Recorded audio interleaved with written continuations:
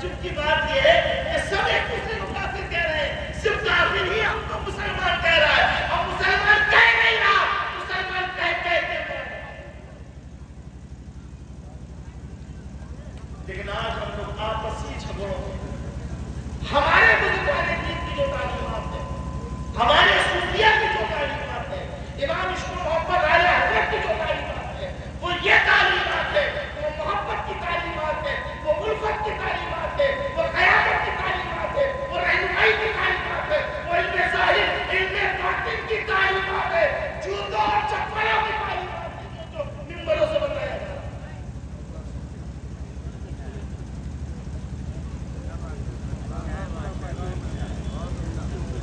امام عشق و محبت نے جو تعلیم دی ہے وہ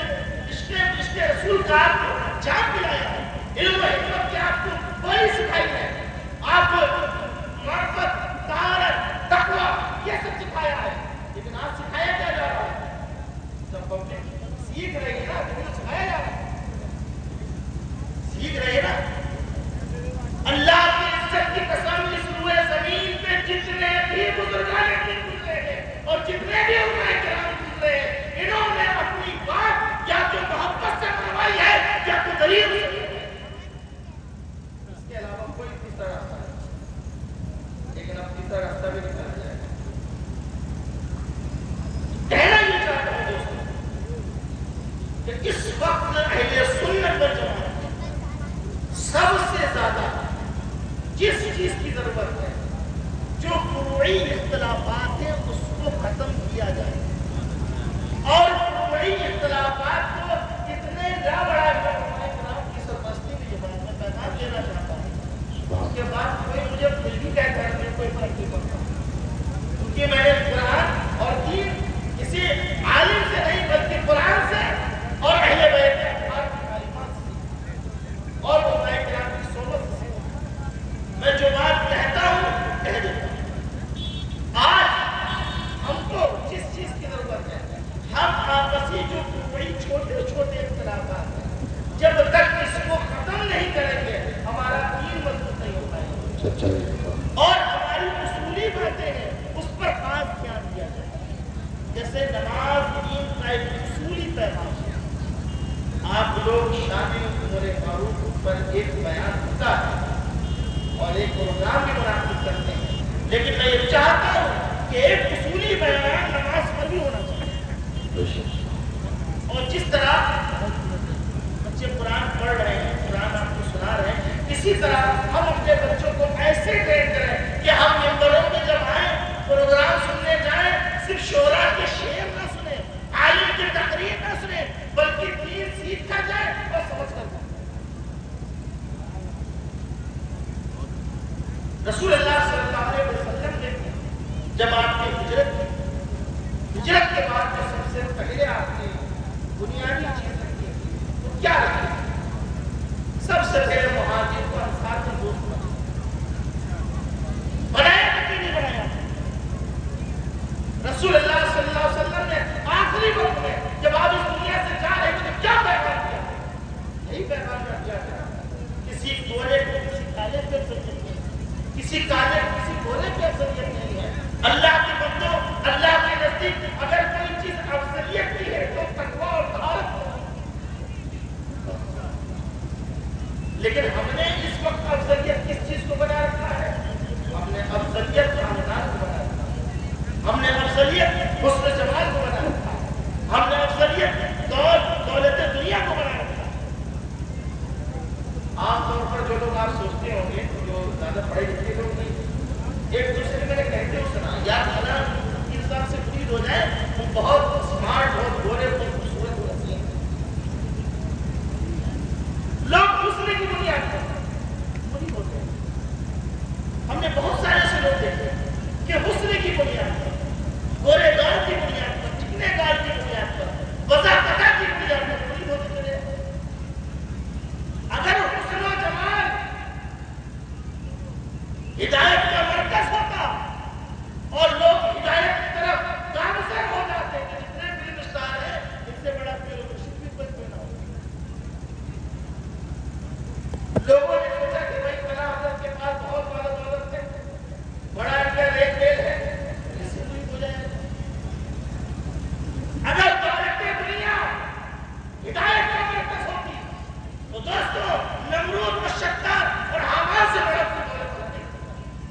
کہ 40 اونٹ سے 40 خزانے کی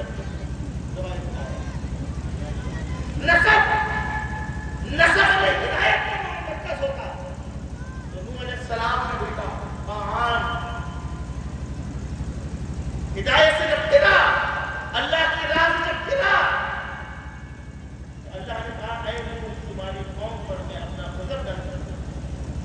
کشتی تیار ہے کشتی تیار ہے نوح علیہ السلام نے تمام اپنے فداکاران اپنی کشتی پہ چڑھا لیا طوفان کیوں آیا پوری بستی ڈوب گئی تمام لوگ ڈوب گئے ان کا خود کا بیٹا قارون پہاڑ کی چوٹی پہ چڑھ گیا پہاڑ کی چوٹی پہ چڑھ گیا جب پانی وہاں تک پہنچا جب ان کا بچہ ڈوبنے لگا تو نوح علیہ السلام نے پیغمبر کی بات کر رہا ہوں میں آج کل کی کسی پیرزادے کی بات نہیں کر رہا پیغمبر کی بات کر رہا ہوں جب ان کا خود کا بچہ ڈوبنے لگا تو کہا اے اللہ میرا بچہ ڈوب رہا ہے اللہ نے قرآن پاک میں صاف لفظوں میں کہا ہے لیس من اہل اے نوح تیری اہل نہیں ہے وہ انہ عمل غیر صالح کیونکہ اس کا عمل اچھا تھا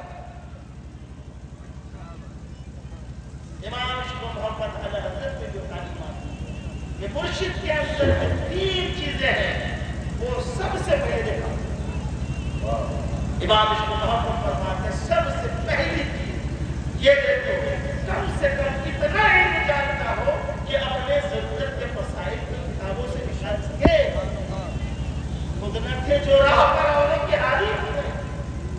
جب خود ہی وہ دین کے مسائل کی تحقیق نہیں جانیں گے تو وہ اپنے بچوں کو کیا نصیحت کریں علم سب سے پہلا برکت ہے اللہ کے رسول سرور کائنات صلی اللہ علیہ وسلم کو قرآن کی اگر کوئی پہلی آیت کسی کے تعلق سے نازل ہوئی ہے تو وہ علم کے تعلق سے اقرا بسم ربک الذی پڑھو جس نے آپ کو تعلیم کتنی ہے جو تعلیم یافتہ نہیں ہوگا نہ وہ صحیح معلم بن سکتا ہے نہیں نہ وہ صحیح مدرس بن سکتا ہے اور نہیں مربی بن سکتا ہے نہیں وہ پھر مرشد تعلیم سب سے پہلی چیز دوسرا قاصد معلم نہ قاصد معلم اعلانیہ گناہ کرنے والا اعلانی گناہ کیسے کرنے والا کوئی اذان ہو رہی ہے نماز ہو رہی ہے پھر صاحب کی آنکھیں بند ہیں کہاں ہے مدینہ میں ارے پیر صاحب کو دیکھنا کرو مراقبے میں نماز سبق ہو گیا حجرے کے دروازے پر ایسا مرشد تم کو خدا کی راہ تک نہیں پہنچا نہ تصوف تک پہنچا سکتا ہے نہ شریعت تک پہنچا سکتا ہے نہ طریقت تک پہنچا سکتا ہے نہ معرفت تک پہنچا سکتا ہے نہ حقیقت تک پہنچا سکتا ہے تم کو پہنچانا کوئی دور کی بات ہے وہ خود بھی نہیں امام شیخ محمد علی حضرت دو چیزیں مرشد کے اندر اور تیسری سب سے اہم چیز جو وہ تسلسل جو وہ رشتہ بیعت چلا رہا ہے وہ کم سے کم مولا کائنات شیر خدا علی المرتضیٰ سے ہوتا ہوا رسول اللہ کی تحریر تک پہنچتا ہو ایسا نہ ہو کہ بیچ میں کٹ آ گیا ایسے ایسے بزرگ بہت سارے بزرگان دین آپ نے دیکھے ہوں گے ہندوستان میں جن کے صحیح لوگوں کا نام نہیں معلوم ہے جیسے بیلی شاہ بابا آپ کے پورے میں حضرت علی شاہ پہلوان تو یہ اپنی قربیت سے مشہور ہو گئے بھائی اس دور میں شاید دوسرا ہو سکتا ہے کیونکہ حضرت علی شاہ پہلوان کی کوئی مخصوص کوئی تاریخ نہیں ہے ہمارے پاس ان کی صنعت جو ہے وہ ان کی مزار کی ہے اور ان کی عبادت اور ان کی ریاست کی ہے مگر ان کی سوارے حیات کی کوئی صنعت نہیں ہے لیکن ہم حضرت علی شاہ پہلوان اس لیے مانتے ہیں کہ لوگوں کو وہاں سے فیض ملا اور آج تک ملتا گیا پہلے یہ مزار پاک جو آپ کی وہ باہر جب جیل کا دائرہ بڑا ہوا وہ مزار پاک اندر چلی گئی آپ کو ایک بات اور میں کہنا چاہتا ہوں حقیقت بتانا ضروری ہوتا ہے کہ کہتا ہوں میں بات سمجھتا ہوں میں زہر حلاوت کبھی کہنا چاہتا ہوں اور یہ جو آپ مزار دیکھ رہے ہیں یہ آپ کی مصنوعی مزار مطلب آپ اس میں کہہ سکتے ہیں کہ زندہ لاتا ہے یہاں آپ عبادت کر سکتے ہیں ذکر اذکار کر سکتے ہیں اللہ کی عبادت کر سکتے ہیں دین حاصل کر سکتے ہیں علماء کرام کی یہ اس سے فیضیاب ہو سکتے ہیں. لیکن اگر یہ کہ یہ صاحب مزاج یہاں موجود ہے تو یہ صاحب مزاج نہیں ہے، یہاں آپ کی مصنوعی مزاج ہے. واہ واہ واہ. اگر آپ یہاں جانا چاہتے ہیں یا یہاں حقیقت ہے، یہاں کر کے مرکز بنا لیا آپ نے، تو یہ نہ اہل سنت والجماعت کا عقیدہ ہے نہ اس کی محبت کرتے ہیں. یہ فقط آپ کی عبادت اور ریاست کے لیے ایک آپ کا چنجاجا بنا دیا گیا ہے. اور ہندوستان میں بھی بزرگان دین کے جہاں بھی جدھر بھی چلے گا ہے اور چلے گا صرف چادر اور اگربتی لگانے کے لیے نہیں ہوتے ہیں، بلکہ عبادت اور ریاست کے لیے. واہ واہ واہ واہ واہ. زندہ باد زندہ باد زندہ باد. عبادت اور ریاست کرنے کے لیے ہوتے ہیں. ہماری سبھی ملک کی سرزمین پہ آپ چلے جائیے، آپ کو ہر خانقاہ بہت ساری خانقاہ ہمارے بزرگان کی فرماتے ہیں کم سے کم 7,500 اولیاء اللہ سند یافتہ جن کی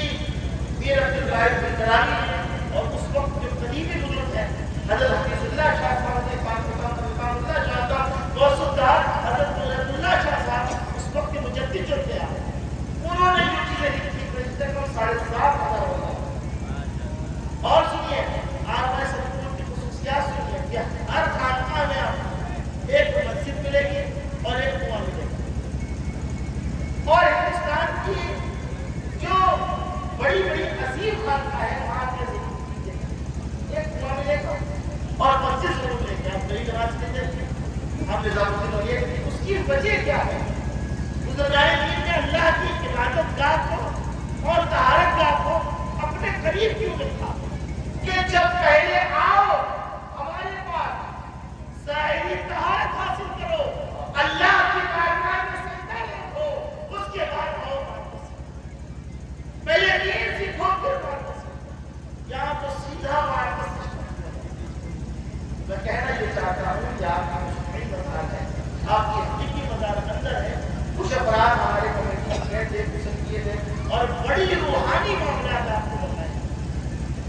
جو لوگ گئے ہیں آپ جب جائیں گے دنیا کی ٹینشن ہے، وہاں دنیا کی ٹینشن ہے، لیکن بس صرف دل سے آپ نے حضرت دانش شاہ شیروان کا حاضری دے دی تو آپ کی تمام ٹینشنیں تمام فتنیں سب ختم ہو جاتی ہیں. اس